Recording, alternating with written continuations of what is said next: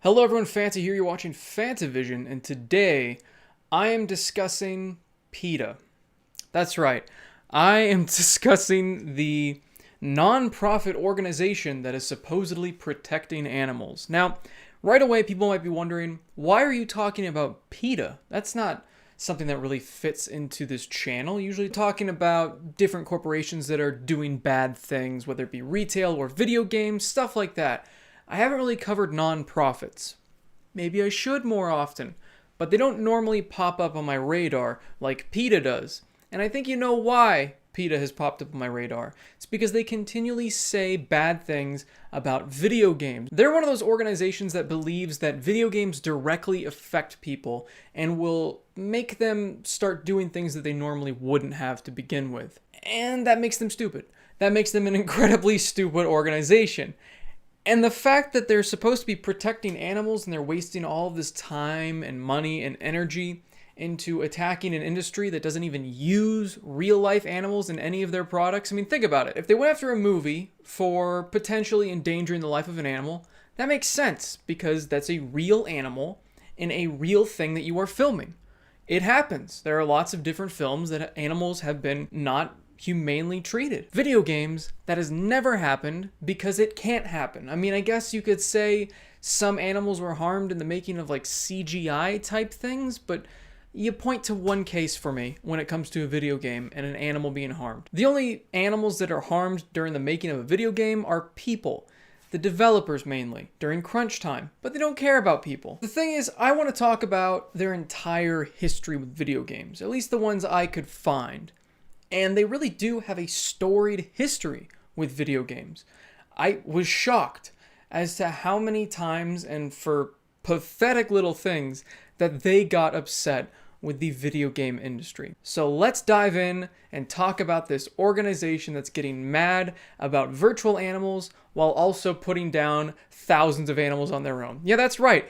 PETA has put down thousands of animals. Thousands, and yet they're the ones that are supposed to be protecting them.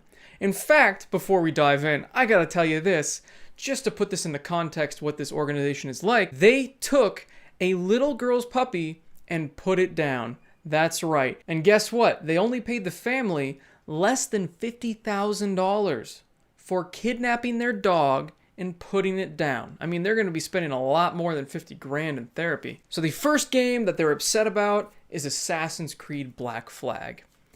And that's because you can go whaling in Black Flag, because of course you're a pirate, and they're assuming that Black Flag is going to turn people into pirates and have them go out and start whaling. See, this is funny because this is the most unemulatable example. I mean, you can't just go out and buy a boat and start whaling. I mean, that would be one of the most difficult tasks to emulate, and yet they're getting upset with it. Are you serious, guys? Come on. And of course, to go along with this really stupid thing to get upset about, they have a stupid quote. Let's read it. In Assassin's Creed 4, you get ahead by killing.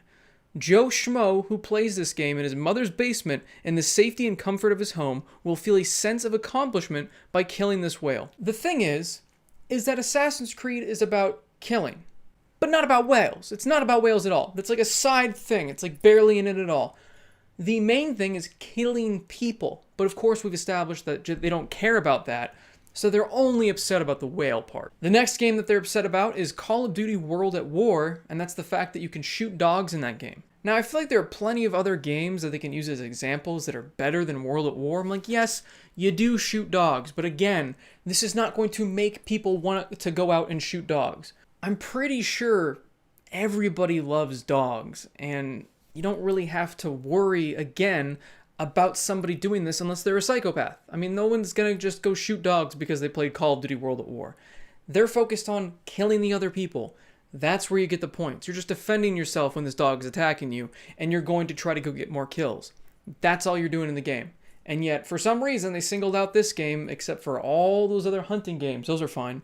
Alright, so we've gone from crazy territory to super crazy territory, because these are games that they're upset about that just, oh my god, they scramble my brain.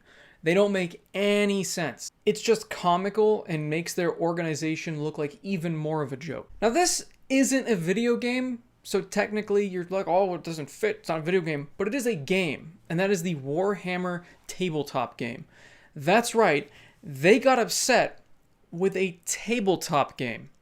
What the hell could you get upset about in a tabletop game? Now, I have never played the Warhammer tabletop game.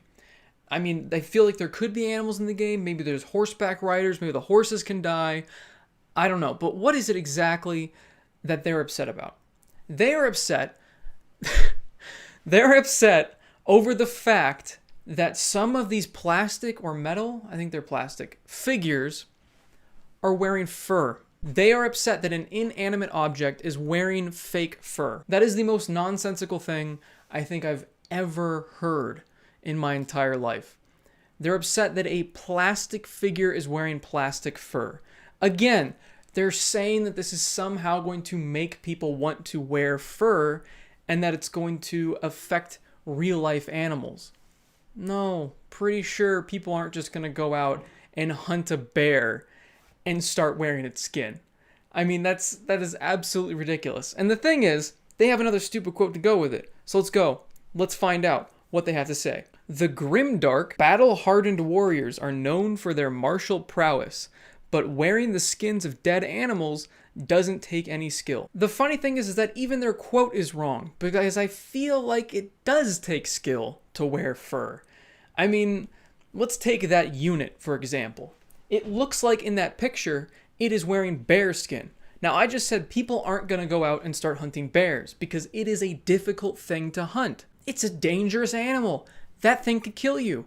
So I would argue that to wear that fur, maybe that warrior went out and hunted it. Maybe that's like a battle right. If you look back in history, there are a lot of different nations where one of their things was to go out and hunt an animal, and it was kind of like you're coming to adulthood. And 9 times out of 10, the animal they were hunting was a dangerous animal. So yeah, I would argue that it is a skill to wear that skin. And even then, it's a lot of skill to make the skin even wearable.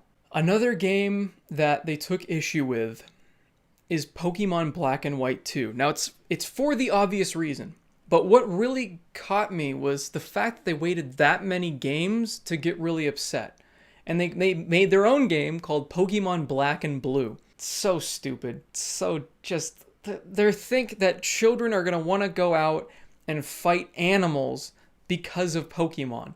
And they're comparing the animals in the Pokeballs to the animals in circuses and cages. Like, they're really extrapolating these points that don't make any sense. And if they watched the anime at all, they would know that these Pokemon have complete free will. I mean, they can leave at any time. If they don't like the trainer, they disobey the trainer. It happens in many episodes. They usually have to befriend the Pokemon want to work together with them. They're less animalistic and they're pretty sentient for creatures. I mean, they're like the most sentient creatures ever. So if they don't want to listen, they're just not going to. So again, taking fantasy and make-believe creatures fighting and trying to make it into some sort of issue of animal abuse is just ridiculous. Now here's a game you probably thought wouldn't be on this list, and that's Super Mario. But if you think about it for a little bit, you're like, okay, I can see what they might be upset about. You can stomp fish, you can stomp turtles, you can stomp a pretty big plethora of animals in this game. But is that what they're upset about? No, they're upset about the Tanuki suit in Mario. Because for some reason they think that this suit in this game is made of real Tanuki. Like Mario went out there, carved up a little animal, and just wore its skin like Hannibal Lecter. That doesn't make any sense. That's not what's happening. You get it out of a block. You see how he gets it. He eats like the acorn thing and then becomes Tanuki Mario. Supposedly this was a tongue-in-cheek type thing. But every single thing they've ever gotten upset about when it comes to video games should be a joke. And because of that, I don't believe that they have a sense of humor. So I'm going to choose not to believe them. Now, what put them on my radar? Why am I really talking about PETA? It's because they've come up in the news again and they're stupid again. They're upset about Animal Crossing New Horizons, the least violent game out in the market. In fact, I think there's zero violence in this game. It's one of the most peaceful games ever. You are literally living with the animals. What could they be taking issue to? I'm going to give you a second. It's the fishing. They are so upset about the fishing. They say that you shouldn't do it in the game, and they give a vegan's guide on how to play the game. Are you kidding me? It's not a real fish. It's not a real fish. It's not real. Nothing is being harmed. And I'm not going to say that this game is not going to make people want to fish, because there's nothing wrong with fishing. It's just fishing. It's fine. Whatever. I get that they're whiny vegans and they just really want to whine about everything. In fact, listen to how whiny this quote is. They want, and I quote, "your island to be a safe space for all animals, big and small." Shut up. Just shut up. That is the stupidest thing I've ever heard. It's already a peaceful enough game, and you're like, I want even more. I don't want fishing. So stupid. What a dumbass fucking organization. I feel like doing all this research has given me a headache, because it's just unbelievable how a stupid organization can make tens of millions of dollars and only invest less than 1% into actually helping animals. I mean, they've put down tens of thousands of animals. They waste all of their money on paying their staff and weird legal stuff. It's just a stupid organization that nobody should participate in or donate to. I'm sure there are plenty of other organizations out there that are real and actually help. In fact, PETA is so unhelpful and they're so stupid that there is a big conspiracy theory that they are a false flag organization that is designed to make you want to just not care about animal rights groups at all. It's supposed to dissuade people from supporting real animal rights groups. And I could see that. With all of their different actions and things that they've done, they don't seem like a real organization that should actually exist. If you look at it rationally, it just breaks your brain. It really does. It doesn't make any sense whatsoever as to who is donating and why they're donating. I mean, I'm sure there's a why. The reason why is they think that they're actually protecting animals. But if you do 2 minutes of research, you will hate this organization as much as me. If you look at all the different facts that are out there, all the different statistics on how they spend their money, what they've done, how they've actually harmed more than done what good, how many different companies they've gone after for literally no reason, you will see why this conspiracy theory makes more sense than the actual company it's about. Let me know what you guys think in the comments down below. What are your thoughts on PETA? Like if you guys liked the video, subscribe for more content, and as always, have a fantastic day. See you guys. I want to take a quick moment to thank you all for your support and all of your really nice messages you guys have sent me on Twitter and Instagram and just all the different places about my grandpa who recently passed. Your kind words have helped a lot. Seriously, like I was not expecting that at all. I thought like a couple people would be like, sorry for your loss, something like that. But it was a lot of people, and it really did help out a lot. It's been a rough week. I've been trying to keep up with everything. I'm sorry about the lack of content recently. This video went up way later than I wanted it to go up, but I don't know, it's just been kind of hard for me to make stuff. So I hope you guys enjoyed the video. I'll be having my Animal Crossing review go up pretty soon. I just haven't had a whole lot of time to play it, and I don't feel like I've done enough in the game yet to do a video yet. And it's going to be another video that isn't a full review of the game, because it's not like I'm going to play through all of the content before I make my video, just because it's one of those games that I want to take my time with. It's one of those games I like to relax with, kind of like Stardew Valley, and I hope you understand, but that'll be up soon. Thank you so much for your patience and for all of your continued support. It really does mean a lot.